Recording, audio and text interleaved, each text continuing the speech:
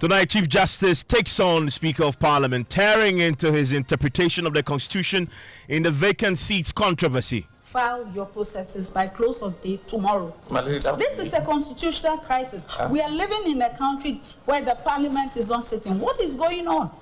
I'm not too sure that this is to enable parliament sit. It's to declare. Very well. Yes, I take it that's really in your so own if I would government. plead that because this, look at the time that we are closing and the fact that we've done some work.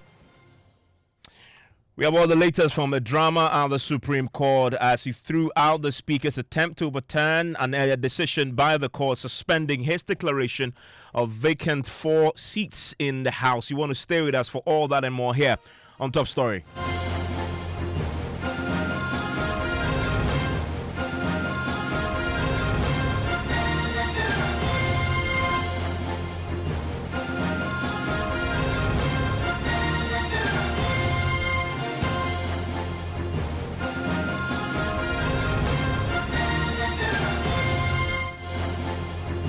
And Top Story is always brought to you by Telecel Connecting Energies, holy insecticide spray and coil. Enjoy a holy sleep. The actions of the Speaker of Parliament, Alban Bagbe, in the last couple of weeks on the vacant seats controversy was today front and center at the Supreme Court. He had attempted to overturn an earlier decision by the court suspending his declaration of 4 seats vacant. Now, today, the Supreme Court, chaired by the Chief Justice herself, Gertrude Torkornoo, threw out the Speaker's application, tearing into his interpretation of the Constitution in the process. Well, if you missed anything, my colleague is joining me right now with details of that, just returning from the court, Kweku Asante, who has been in court today for us. Let's start from that flurry of objections that we saw at the beginning, raised right at the start of this, setting this up to be a very interesting day in court. Well, yes, it did start from the Attorney General himself, Godfrey Yeboah-Dame, who raised objections as to some 2 amendments that had been made by the law firm of Mr. Thaddeus Sorry in the application, specifically paragraph 21 and paragraph 49.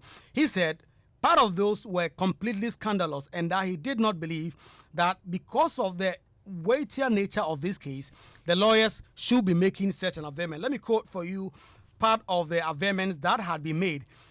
In paragraph 21, it says that at all times material to the present application, Her Ladyship, the Chief Justice of the Republic, who presided over the court, always knew that a supposed service on the first defendant or the processes were made in breach of Articles 117 and 118, and he believed that that was indeed scandalous.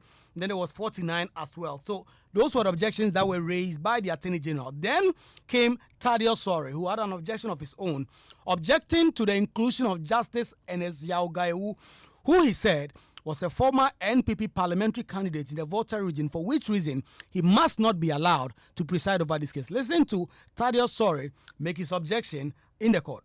It's a different legal question. It is important to place on record that both the plaintiff and the Attorney General have complied with these orders, and this court is able to complete. Ask the court, please, Ismail. So, Mr. Mr. Sorry, will you be filing anything, or should we hear without you? Oh no, I don't have instructions on that matter, but especially so that if my lady looks at the affidavit that I filed, I said the order was served on the Speaker on Monday, so he has 7 days. I will speak with him, draw his attention to the court's ruling, and then. So it was served on him on the order was served on him on Monday. That's Monday. Monday was 29th? No, last Monday is the 20th. Monday, just about 2 weeks ago. No, wait. No, on the 20th. It was served on the 20th. On the 20th? No, and 21st. It was 21st. So he's gone past the 7 days? No, but if he's served with the order on that specific day, telling him to file within 7 days, it takes effect from the date of service. That's my understanding. So he was supposed to file by 28th? No, by the rules of the court, where the time limited for doing something is 7 days or less, weekends. So he was supposed to file by when? If we take out today. Today? Yes. This suit is a Friday for completion. File your processes by close of day tomorrow. This is a constitutional crisis. We are living in a country where the parliament is not sitting. What is going on? I'm not too sure that this is to enable parliament sit. It's to declare. Very well. Yes, I take it. That's really in your so own if I would agreement. plead that because this, look at the time that we are closing and the fact that we've done some work.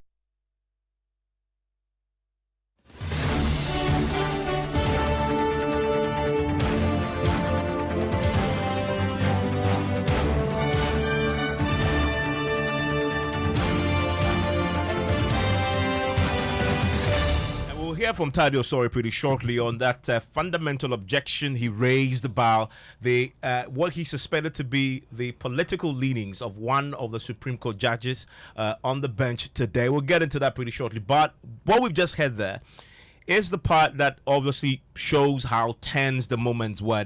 We have the Chief Justice herself complaining about why Parliament isn't sitting. Give us the context. Yes, after the Chief Justice had delivered a ruling on the substantive matter, the Chief Justice, in fact, did say that in her opinion, there appeared to be even a constitutional crisis, that she does not understand why at this point in time the Parliament of Ghana is not sitting, given, of course, so many of the weighty matters that are before Parliament currently that the House is expected to ordinarily consider. And she did make those opinions after she had delivered a verdict of the court unanimously that actually dismissed the specifics of the argument that had been made by Mr. Tadio Sorry, which all of them, in fact, were opposed by the Attorney General himself, Godfrey Adame, and also opposed by Pakwesi Abedu. So that was the specific instance of some of those issues that were happening in court.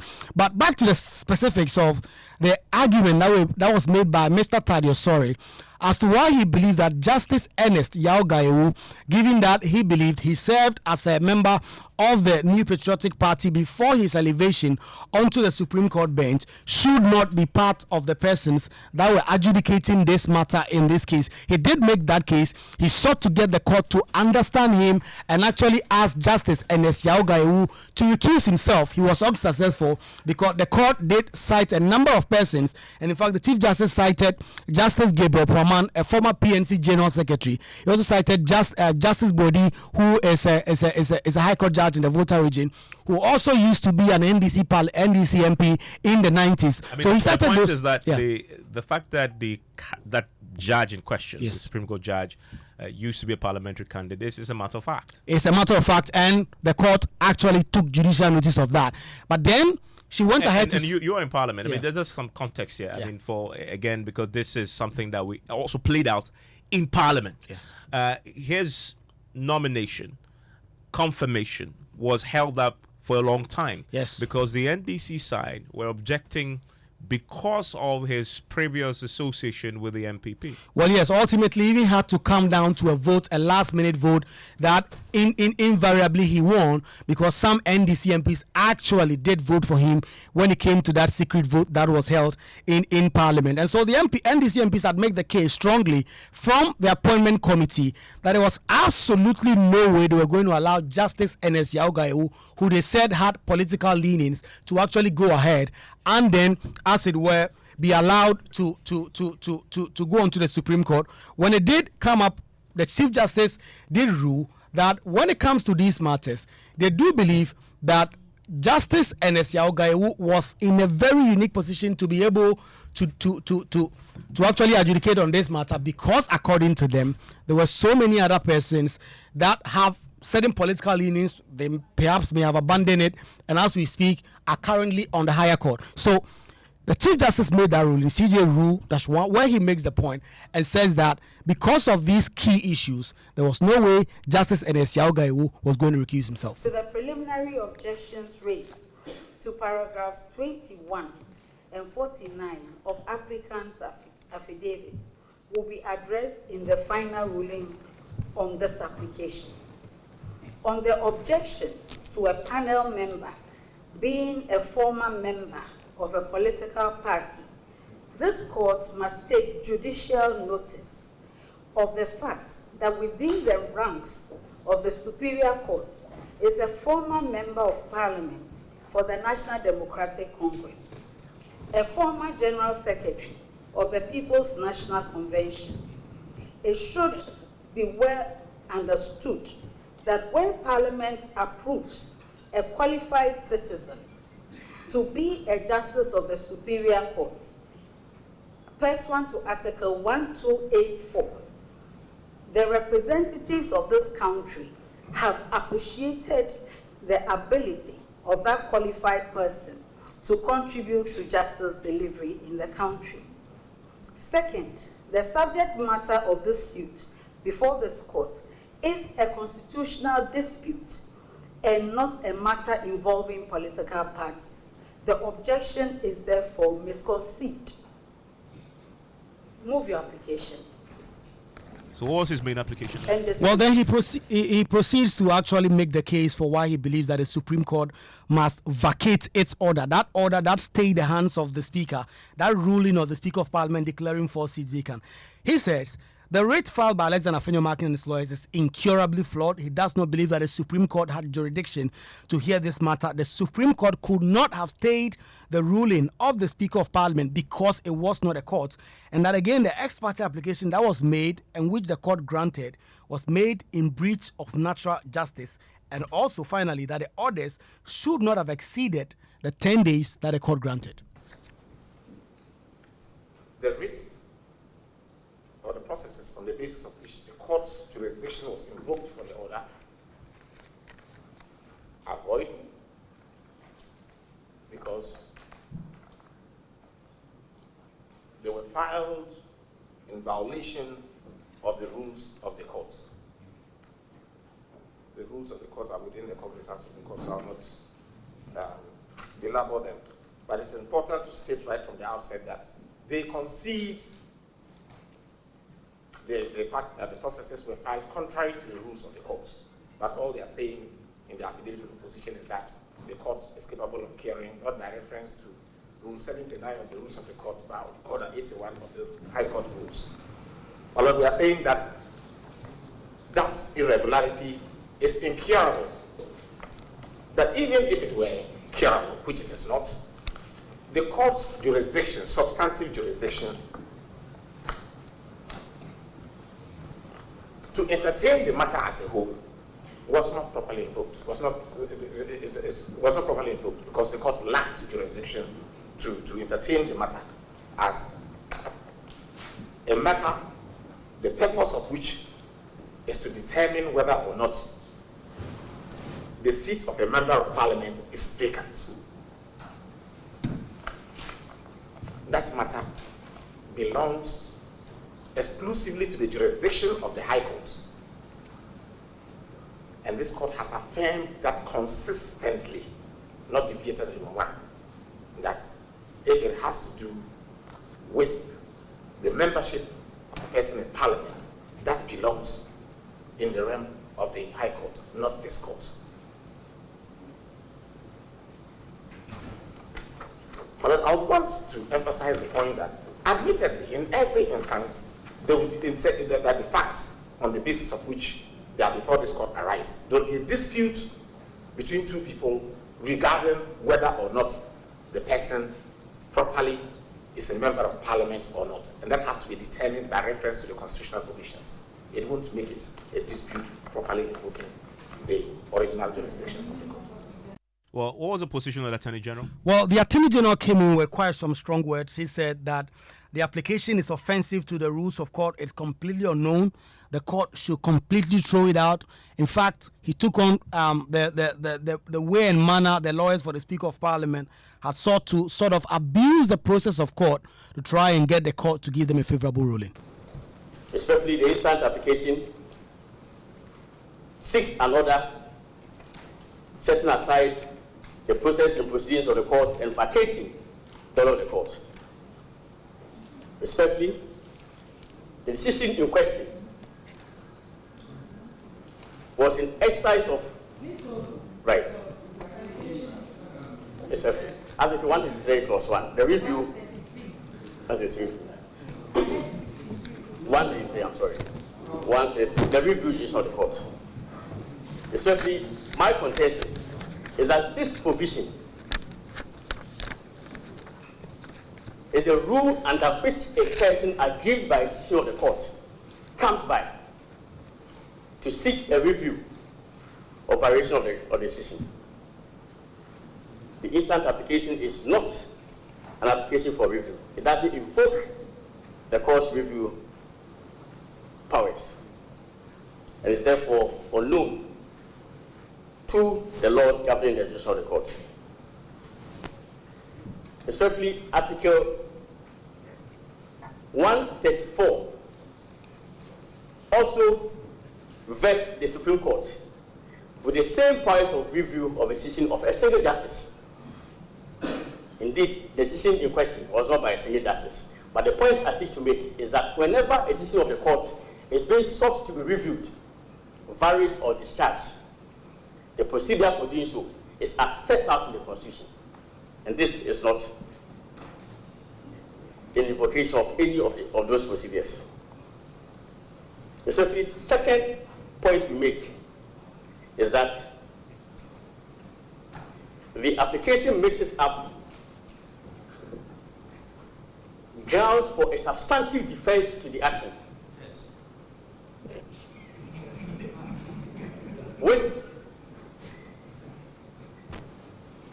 matters that, in the view of the first defendant, constitutes a basis for a setting aside of the service. And this respectfully is wrong. The court would notice that on the face of the motion paper, and that day is the AG on that particular subject, and then came the Chief Justice's ruling on the matter, and she didn't hold back. Yes, they did take quite some break to ponder on the decision, and when they came back, the Chief Justice, reading the unanimous decision of the court, took on the Speaker of Parliament and the way he had understood how servicing is supposed to be done. He says, as far as the court is concerned, proper service was done. When it comes to the way Parliament does its work, the court does not consider that it was overreaching. But listen to the Chief Justice in her own words. Tear apart the submissions that were made in court by Thaddeus Sori in arriving at this decision. An order of stay of execution must be made on consideration of exceptional circumstances that can affect the parties, which exceptional circumstances include the wreaking of irreparable harm if an order of stay of execution is not granted. In the ruling of the Supreme Court on 18th October 2024, the Supreme Court was very clear that its orders were being made because of the exceptional circumstances that would flow from the effect of the ruling of the Speaker of Parliament declaring the 4 seats vacant and a determination not to allow the MPs to remain in Parliament. What are some of the effects that weighed on our minds as exceptional circumstances that were alluded to in the ruling? The 4 constituencies of Amenfi Central, Fomena, Aguna West, and Suhum in the Western region, Ashanti region, Central region, and Eastern regions of Parliament are made up of hundreds of thousands of Ghanaians who had queued to elect these members of Parliament to represent their interests in Parliament as their voices. By declaring that their duly elected representatives in Parliament had vacated their seats for acts that were interpreted within the light of Article 97(1)(g) by the Speaker. The Speaker was actually enforcing this interpretation of Article 97(1)(g) against those hundreds of thousands of Ghanaians, and not just the 4 people that sit in Parliament. He was also doing so at a time that from the official records of Parliament presented to the Supreme Court, the Speaker knew that a contrary interpretation was being placed on the same constitutional provision and that the Supreme Court's jurisdiction had been invoked to provide the correct interpretation. By reason of law, there could be no by-election to replace these elected representatives between 17th October 2024 and 7th January 2025. So, 7th January 2025. 2025. So these Ghanaians would have been left without a voice and representation in Parliament from 18th October 2024 until 7 January 2025, when the 9th Parliament can be duly constituted in Ghana. This exceptional circumstance, arising from the outcome of the ruling, weighed on the mind of the Supreme Court to grant an order directing a stay of execution of the ruling of the Speaker on 17th October 2024. Second, the effect of this ruling would be that the salaries, allowances, and other emoluments of these members of Parliament would have had to stop being paid immediately. They would have had to vacate their offices in Parliament and cease functioning on any committee of Parliament that they were serving on. If any of them was a minister or deputy minister and had been appointed as such by reason of being members of Parliament, the ruling that they had vacated their seats could have brought those duties to an immediate halt. Indeed, one of the 4 members of Parliament is the current second Deputy Speaker of Parliament. The Supreme Court was very clear that these outcomes that could cause irreparable harm to the constituencies in issue and the MPs themselves constituted exceptional circumstances to warrant a halt of the ruling of the Speaker until the controversy raised had been resolved. And I want to bring in right now Kweku Asare, is he a former director of the Ghana School of Law, with thoughts on this. Also joining me is Frank Davis, Chairman, Constitutional Legal Committee of the MPP, also joins me right now. Mr. Asare, I want to start with you. What do you first give me your reaction to what we just had there, the ruling that was delivered by the Chief Justice herself? In simple terms, yet another example of our current Supreme Court living up to its accolade as an all too predictable court. They did not go by the rules of the game. I still stand by what I said last week. Their jurisdiction was not properly invoked. And today, the Chief Justice has been heard saying that the jurisdiction of the Supreme Court was invoked when the Speaker made a ruling. Let me correct that erroneous impression. The jurisdiction of the Supreme Court can never, ever be invoked after the Speaker has made a ruling in chamber. The Supreme Court's long arm does not reach out to the chamber of Parliament. And therefore, whatever the Speaker says on the floor of the House or in chamber does not and will never constitute a proper invocation of the jurisdiction of the Supreme Court. But let's look at a more fundamental and serious objection to what has happened, in Ghana today. Yeah, but you make the point, the first point you made, though, that the Chief Justice was very clear that there were exceptional circumstances that the Supreme Court could not sit on the fence on. He talks about the fact that if the Speaker's actions had not been stayed, we would have had irreparable damage done to the thousands of constituents in those 4 constituencies. The Supreme Court certainly cannot sit on the fence on that particular matter. I beg to differ. As far as I'm concerned, those words or pronouncements of the Chief Justice raise the all-important question of when the court can descend into the arena of politics. What the Supreme Court did today was a descension into the arena of politics. What were those exceptional circumstances? Were the justices of the Supreme Court visiting the various constituencies to know the feelings or views of the constituents? That is for the MPs to do, not for justices of the Supreme Court. My brother, we are wrong.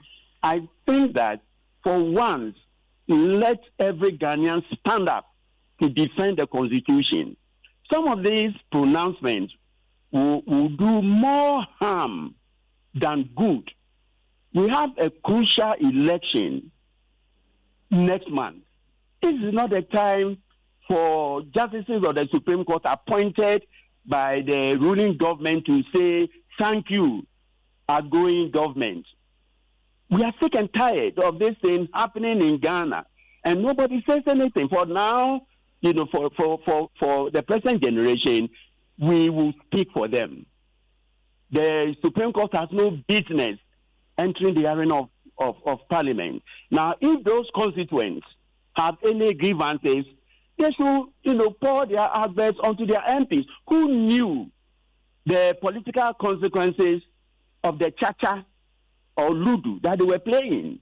That's exactly in the wisdom of the framers of the Constitution.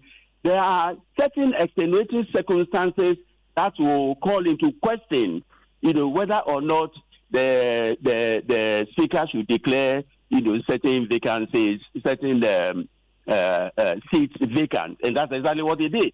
Now, if the Supreme Court is now delving into the background of appointees, this one former General Secretary of this, that one, then it means that the Supreme Court has now reduced itself or metamorphosed into a wing of the ruling government. So now, responding to the NDC, when you did it, you were pleased and delighted. Now it is our turn.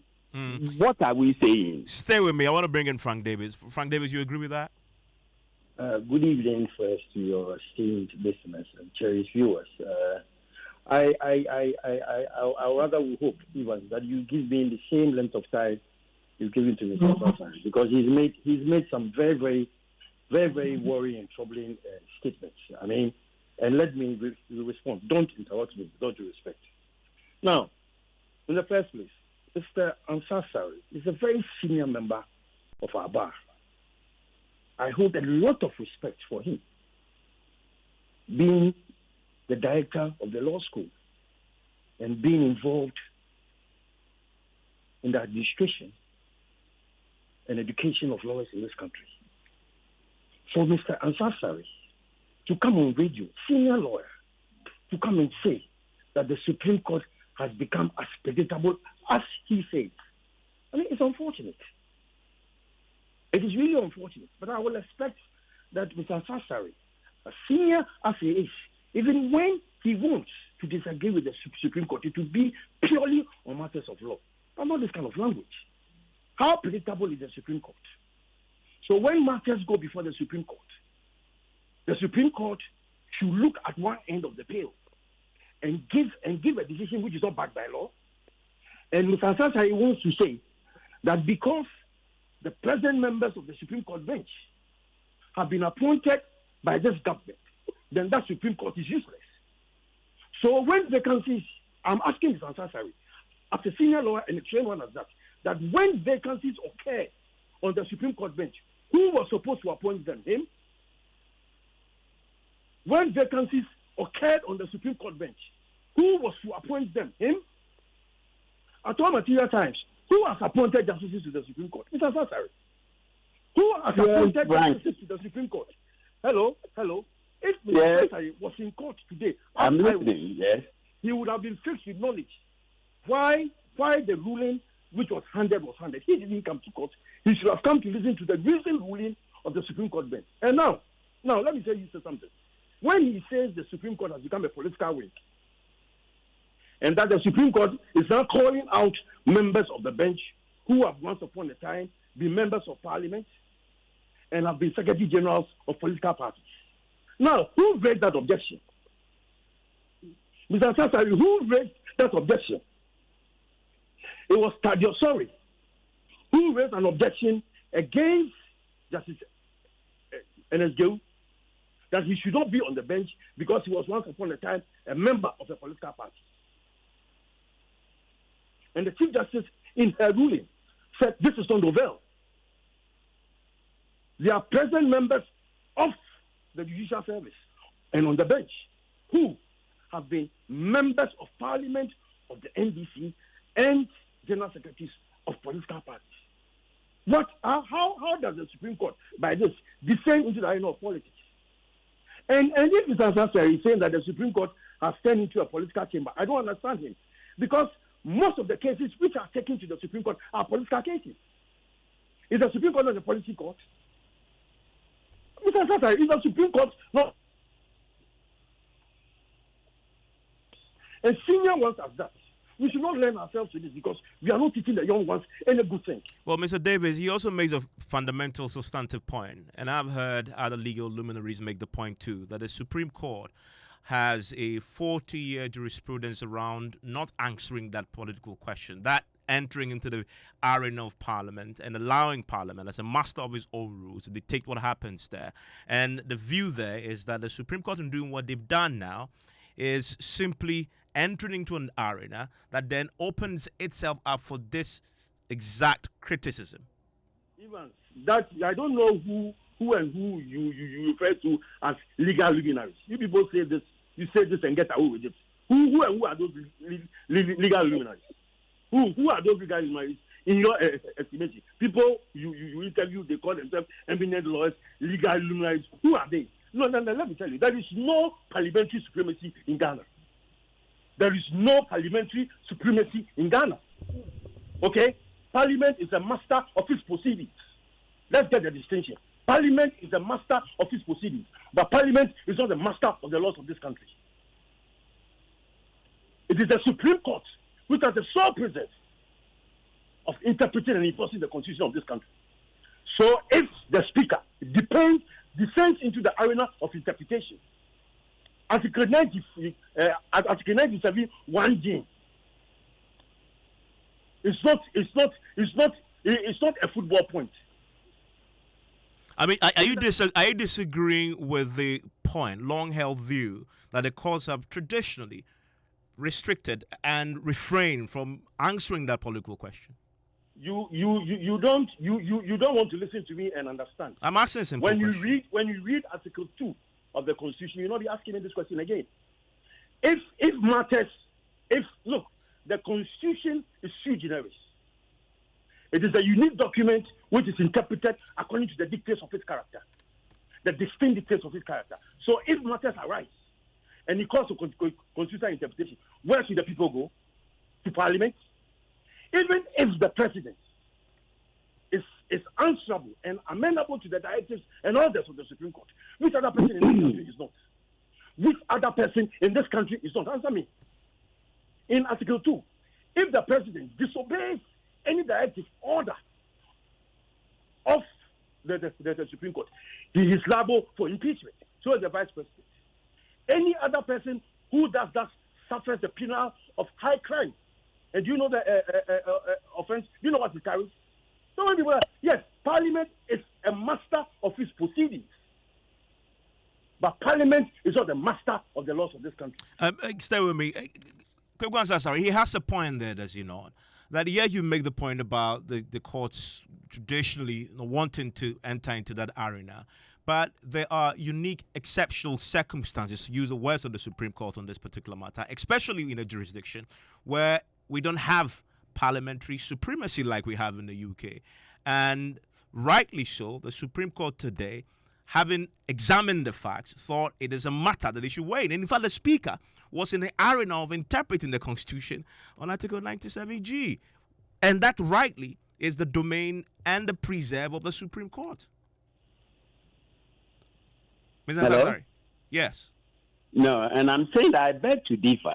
You see, those exceptional circumstances pronounced upon by the Lady Chief Justice were not existent at the time that the ex parte application was judicially considered by the learned justices of the Supreme Court. I'm saying that the jurisdiction of the Supreme Court can only be properly invoked when the parties are physically present. It's not true. Or in front of the court or justices of the court. Or when they have voluntarily submitted to the jurisdiction of the Supreme Court. The ex parte application that was judicially considered on the 18th of October was ex parte, meaning it was without notice to the other side. So if it was not on notice to the other side, then our jurisprudence required that any interim order or interlocutory order that will be made should not exceed 10 days. And that if after the 10 days, the applicants had not brought the respondents on notice, then the order would lapse. The Supreme Court did not follow that procedural guideline. What the Supreme Court did was to hear the application and make a pronouncement that had the effect of ad infinitum. But they are not obliged to follow. That is where I am caviling, at the pronouncement of the Supreme Court. But let me just take the opportunity to remind my very good friend Frank Davis, because he and I were part of the Nanadu team, that they had the Kwedu Ponsem case, that is 29 politicians, that's the Koye Bedema and 28 others, versus Chairman Rawlings, which was heard by Justice Kwedu Ponsem. And he should only recap, his mind and remember the discussion we had, that it was something that had never occurred in our jurisprudence. I'll also remind him when Rose Ekwam versus Kwame Pianin, Justice Pega was empaneled as a single justice of the Supreme Court to hear the application, which was eloquently argued by no other person than the present president of Ghana, Nana Addo Dankwa Akufo-Addo. At the end of the verdict of Pega, the whole MPP machinery descended on Justice Pega as making a political pronouncement. I'll never forget that. Because I was junior counsel, just like my good friend Frank Davis. So what I'm saying is that what's the point of reminding him about these facts? Don't make a right. Too wrong. Don't make a right. For time, our justices stop descending into the arena of politics and doing, the bidding of ruling government. That's all that I'm saying. You had said in this interview that the Supreme Court is becoming, or has become indeed, a political wing of the governing party. You should stand by that. Yes, I do. And there's no evidence. It didn't begin with the current Supreme Court. No, but there's no evidence to support that. In fact, it borders on contempt of the court to suggest that the good justices of the Supreme Court have become a wing of the governing political party. There's the evidence of perception. Yeah, but the perception is on reality. If you think that perception, has no role to play in our body politic, then maybe I'm urging you to recognize that perception, as far as our people are concerned, perception is all that matters to them. For them, what the Supreme Court has been doing since the appointment of some of the justices is to say, Mr. President, thank you. You are about to exit, and this is the opportunity. Now, let me comment on Justice Gau's empaneling. Yes, and that is an important point, is it not? I mean, that subject was fair to have been raised. Whoever decided to bring him, onto the panel, had done a calculable harm. Why? To Mother Ghana. Let me tell you why. Justice Gau, who is also one of my friends, was one of the MPP serial callers. And when he was nominated, I remember hinting that was going to create problems for the MPP. Now, if I don't have any evidence to support that he was a serial caller. What is on record is that he was. I listened to your comment. But factually, what is? And then number two. No, I mean it's important to make the point that even the lawyer who objected to this didn't cite him as being a serial caller. What was cited in court today was that he was a parliamentary candidate for the MPP. That's a matter of fact. I don't have any evidence to support that he was a serial caller. Yeah, but is that not, much more than the evidence you are looking for? I rather you use the facts than put out information that I can verify, and that obviously is not backed by any evidence as I see in front of me right now. Okay, well, because this is a serious, discussion, I'll drop that and focus, on his parliamentary candidacy. You see, now everybody knew, and when he was during his vetting, these issues, came to the fore, and were considered, by everybody. People talked about it. It was on radio and this thing. If I were Justice Gao, I would decline sitting, and therefore I would have accepted or taken the Learned Council's invitation to recuse myself, immediately to step down and suggest to the Lady Chief Justice, please, I have a conscience, and therefore I'm not going to do what I'm being asked to do. Remember, 2 weeks ago I said we should look again at the qualification for appointment onto the Superior Court bench. Yeah, The persons who become justices of the Supreme Court, they will say 15 years and then high moral character and all that. We need a test, conscience. And Frank Davis, though, I mean, he makes a point about the Supreme Court itself continuing to create a situation where they are not simply trusted, and the perception is that they are in the pockets of the politicians. That is a perception. But if you look at the Afrobarometer report that was just released, there is some evidence there, and it's in there, that the Supreme Court, the judiciaries, the courts, they are one of the least trusted institutions. That clearly shows that perception he talks about is no longer just perception. There's a fundamental problem. And this predictability is what has fed into the results we've seen in the Afrobarometer report. You can't dismiss that. Ivan, you see, we should not be throwing up. We should not be throwing up things without any context. We should not be just throwing up things in the air. What's the context? Ivan, please. Let me give you. Sorry. When you were speaking, it was quiet. I want to hear him. I want to hear about it. Yes, Mr. Davis. Mr. Davis. Mr. Davis. No. Proceed. Yes. Serious matters we are discussing. Let me talk. And please, Mr. Ansari has made a lot of sweeping statements. Don't do respect to my learned friend. He's a very good friend, like you said, the senior. How can you, Mr. Ansari, at your level, how can you call Justice Jehu a serial caller on radio? He stepped that down. He stepped that down. He didn't, but he has stepped that down. But he said, but he has stepped that down. How can he, in the first place, even call Justice Jehu a serial caller? I mean, that is offensive. I think tomorrow you should apologize to him. That is offensive. I think as a senior and trained lawyer, director of the law school, I will do those words. Frank, I will do those words.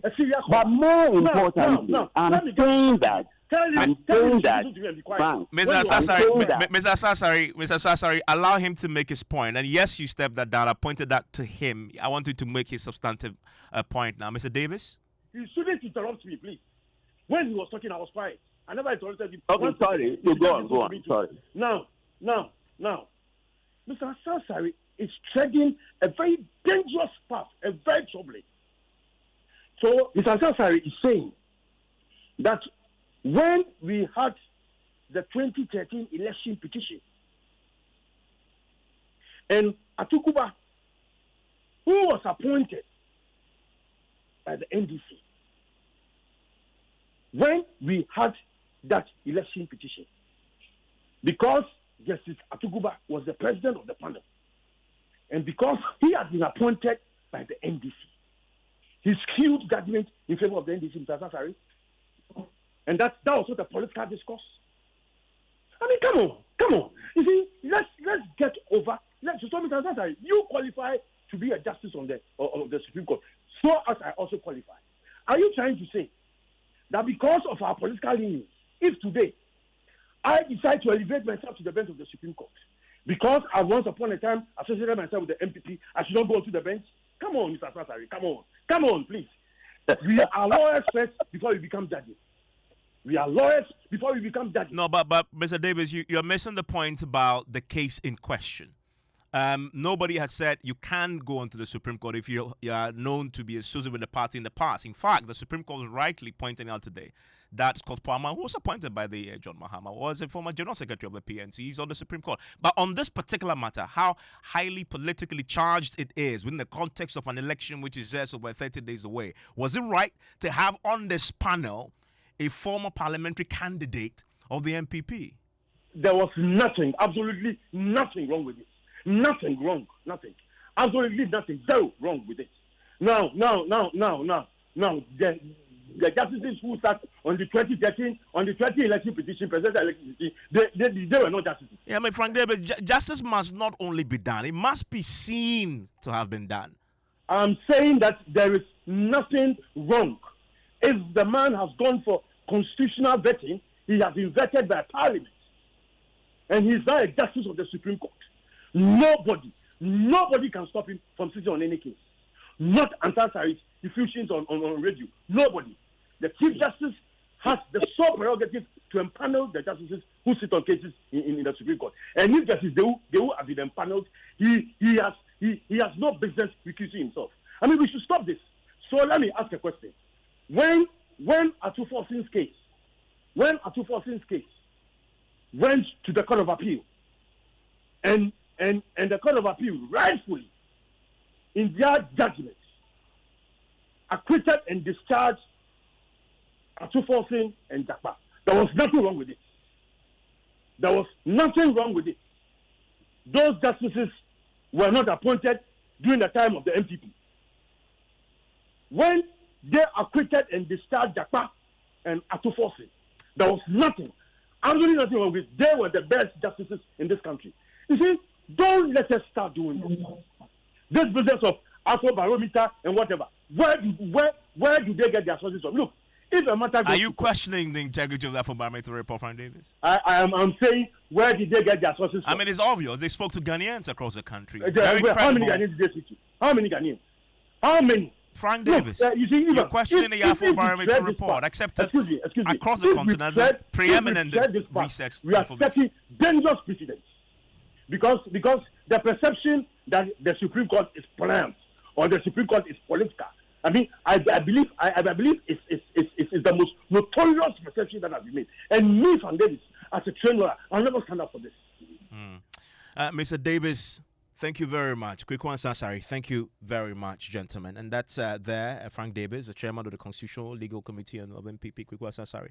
He's a former director, Ghana School of Law, very senior members of the legal fraternity. Is speaking to us on what has happened in court today. I know you have your own views on this particular subject. I want to hear it. 055 1111 996.